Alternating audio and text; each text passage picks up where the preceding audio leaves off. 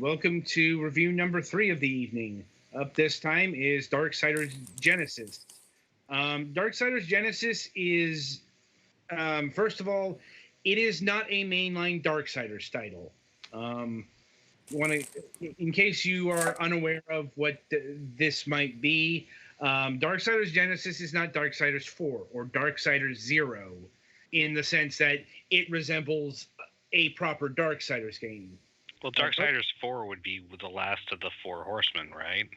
Right. I'm just saying this isn't any of that. Darksiders Genesis is being presented as a prequel spin off game, which means it is doing a perspective and gameplay that isn't normally associated with Darksiders. So temper expectations along those lines. Also worth noting with this review, we were only given one code, so there. And as far as I know, Petty did not attempt any multiplayer. I did not, because I didn't have anybody to play it with. Right. I mean, this is the PlayStation 4 version of this game, and we only have. Well, I mean, Twilight, do you have a PlayStation 4? Yeah, I have a PlayStation 4. Oh, okay. Genuinely did not know that. Like, well, it's like. Yeah. Point of order is it doesn't matter because we were only given one code, so no multiplayer was able to be done. Well, I also don't have PS Plus as well, so that's also a problem. I mean, once again, the problem with console multiplayer. I mean, I tried applying for the PC code last year, but got rejected. We got approved for the PlayStation 4 version. Like, don't ask me how these things work. They just do or they do not. Yeah. So it being the PlayStation 4 version, over to Petty Fan with the body of this review. Alright, so the big thing about this prequel type story is War and Demise, the two of the horsemen, team up to go deal with something Lucifer is plotting.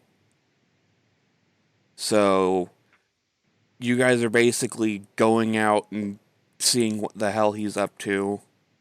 And if he's screwing with the balance, stop him. It is a isometric kind of action-y platformer-y thing. It's a lot less Diablo than people were initially. Yeah, if you see it in motion, it kind of looks like Diablo, but it's not Diablo. And yeah, I guess the big thing is the co-op. You can play as both. If you have two people, you can play as both War and Strife. If you're on your own, you can switch between them. But so far, I haven't found anything that requires me to have both of them at the same time. And like typical co-op games, if one of team up moves or one character has the ability to do a thing and the other one doesn't. One does have the ability to do certain things, but I believe there is like an auto teleport thing that once they get far enough ahead, the other person will just teleport. And like most co-op games, both War and Strife need to die in order to lose. And there's like a respawn timer.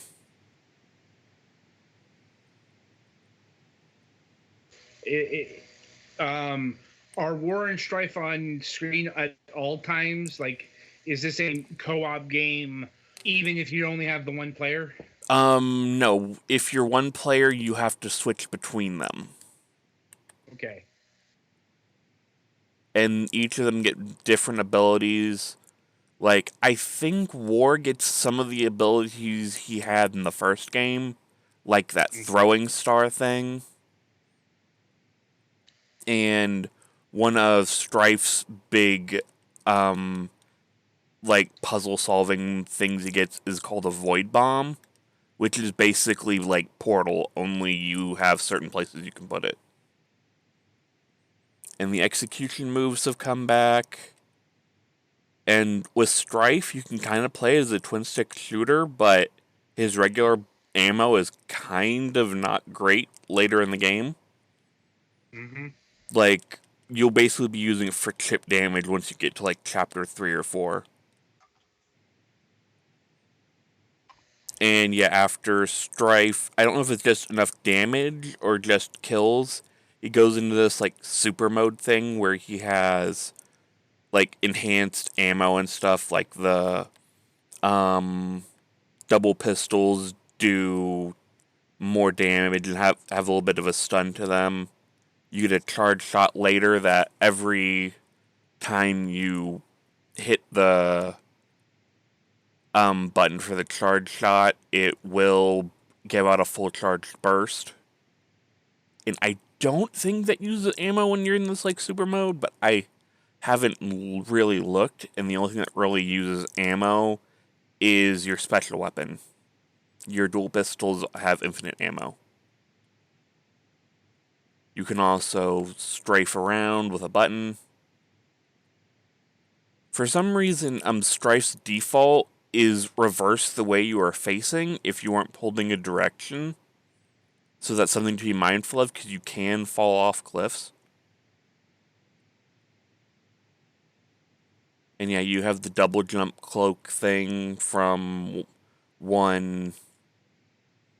You can also kind of run up walls a bit. It has the gliding things. Execution moves are still here. There are a lot of hallmarks of Darksiders games here.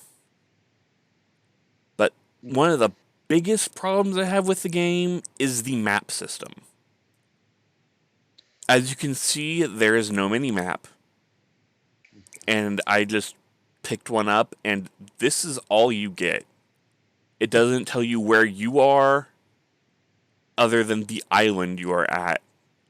And you aren't zoomed out enough to even make, use landmarks to try and discern your position. So yeah, that's kind of something I hope they address, because right now it's not great. I was mentioning last week I guess I got stuck somewhere and I couldn't even complete the first level.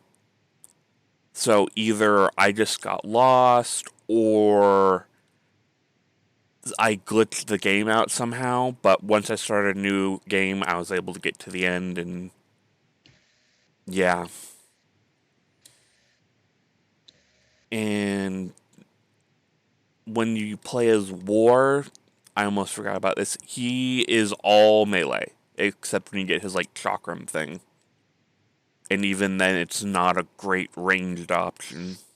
If you need to go from range, it's better to use Strife. And there are also, the token monster closets. You can't use your horse, because I think your horse, you have, like, either invincibility or just increased armor or whatever. So it can be kind of broken in some encounters, which is why, like, so far I've only seen, like, 2 levels that you can actually use your horse in. And yeah, here it talks about Strife and War, switching between them. You can hold L1 and X, and you can switch anytime, for the most part. If one of them is down, you have to wait like 20 seconds. And if you go down in that 20-second timer, then you start at the last checkpoint. Now, War is the protagonist of the first game, and Yes. Strife hasn't been one yet, right? Correct. And when we do, it'll probably be a different Strife, or will it be this one? From what I can tell, it's the same War and the same Strife throughout. Like, the Horsemen's have not changed, to my knowledge. They were just kind of like in suspended animation almost before the events that took place in the first game. Okay. And yeah, War's thing is he gets more execution moves. Like, the enemy can be at higher health when you can execute them, but Strife, you need to do more damage to get that execution prompt to come up.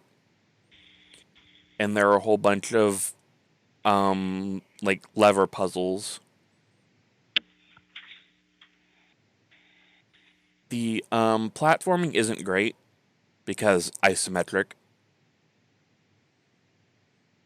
Well, And this at least it's fluid isometric and not like locked isometric. yeah, I have a lot of bad memories of Landstalker.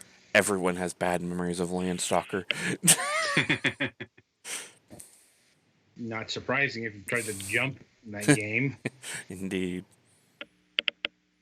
And there are also these, you get the health pickup things that are kind of like the hearts from Legend of Zelda. You can get things to increase your fury gauge, which lets you do special moves. Wars is an AoE. Strife's kind of puts out a doppelganger that constantly shoots. But it just stays there. And Strife does have single target melee options, but they obviously don't hit as hard as War because, duh. So far, I haven't seen anything other than when you need their puzzle items that you have to play as somebody specifically. Like, there isn't a boss that you specifically need to be War or Strife for. Just, you can beat them all down if you need to. And there's also these things called boatman's coins, which when you get to the like hub place, you can use them with the souls like you did in the first game to buy items. And there's also a interesting new mechanic with this one. I think it's like the core system or whatever, where enemies can drop these like purple core things, and it kind of works like the spear grid from Final Fantasy X, where you can just slot these in and you get various abilities. And they're not like specific ones.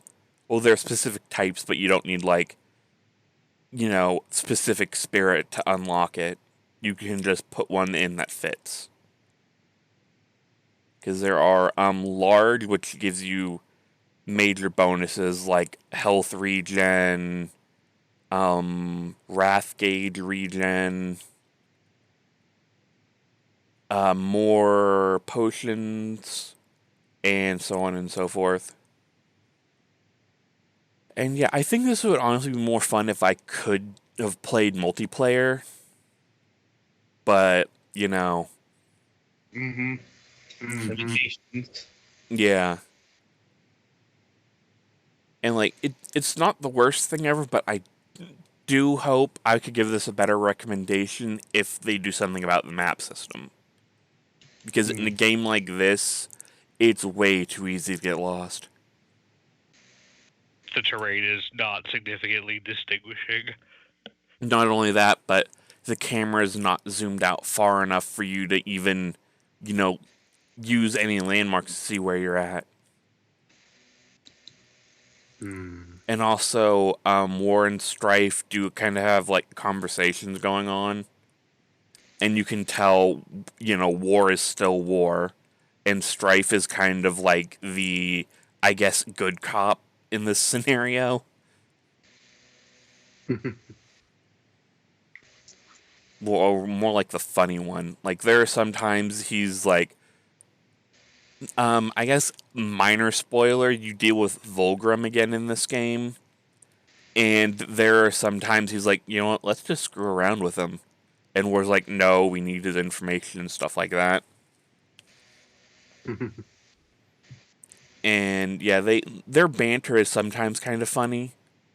Though when you get to the Void main quest area thing, the echo filter they have is ear-piercingly bad.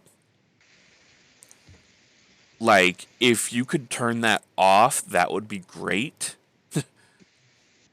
But as it stands now, I have to almost mute the game. It's so bad. And I guess anything else before we get to price?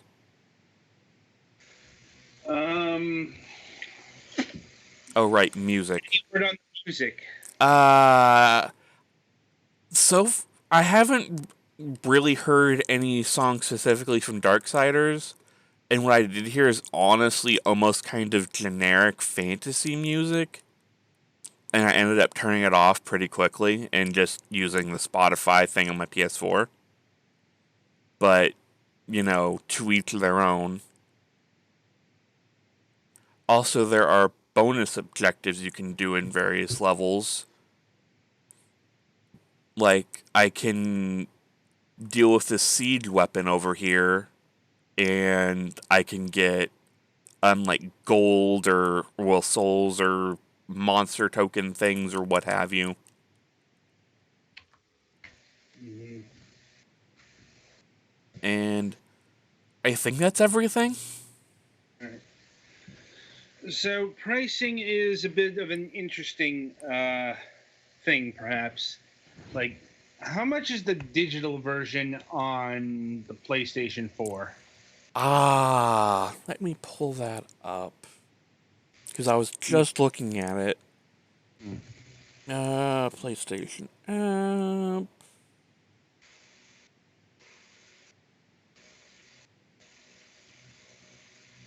Okay, come on, seriously, phone. Yeah.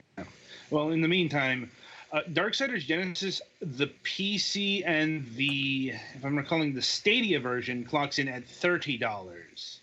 Oof. Yeah, that's the thing. The console versions, I believe, are clocking in at $40. I could not recommend this at $40 unless you had somebody to play with. Yeah. And The thing I want to check is if the $39.99 price point is for the physical version, or if that is just for the play. Like that the is digital. Version. Oh, that shouldn't be. Mm-hmm. Like, yeah. Also on the Steam version, you get the you can get the digital deluxe bundle. What that means, it's got the game and what they call the digital extras, $7.99 separately, $34.94 combined. And as far as what the digital extras contain, it's pretty standard, like soundtrack. Yeah, and the art book. That's about as standard as a digital deluxe edition as you can get.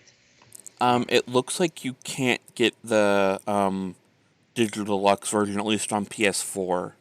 So if that's something you're really looking for, go PC. Well, it's like I'd say go PC anyway, because you don't. It's a cheaper price. I mean, even with the digital deluxe edition here, it's still $5 less than the the regular price of the PlayStation 4 version here. Also, the nice thing about the PC is you don't have to pay for the multiplayer.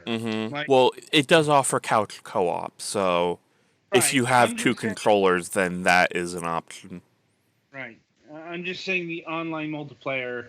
Right. I think that is also the case with the Stadia version, but I'll be honest, who has Stadia? Yeah, it's Stadia. Like, I can barely remember that's a thing that still exists. Yeah, it's not doing too well.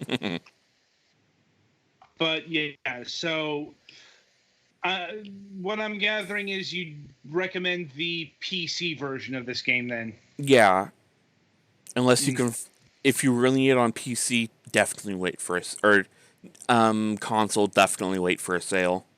Yeah, it's like I think the sale price for this game, like when it came out, was certainly in the 20s. Like I don't remember if it was like $20 or 25, but If it was $20 on console, I'd say probably go for it if you're a Darksiders fan.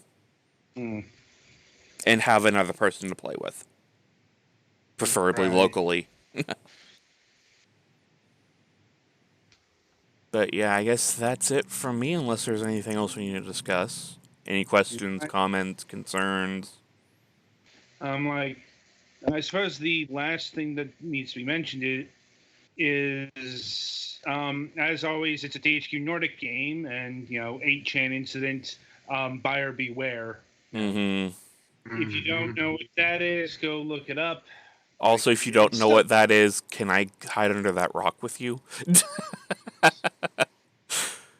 But it's like, don't forget that last year THQ Nordic supported a den of Nazis. Among other things. Yeah, and other people may have forgotten, but I have not. Needs to be mentioned. Anyway, especially since they keep handing me their games, like keep mentioning them, this shit in the reviews, and still get approval. So make of that what you will. Speaking of such things, coming up next is a game called Through the Darkest of Times. This involves Nazis. And it's not a light game. But more on that, after the break.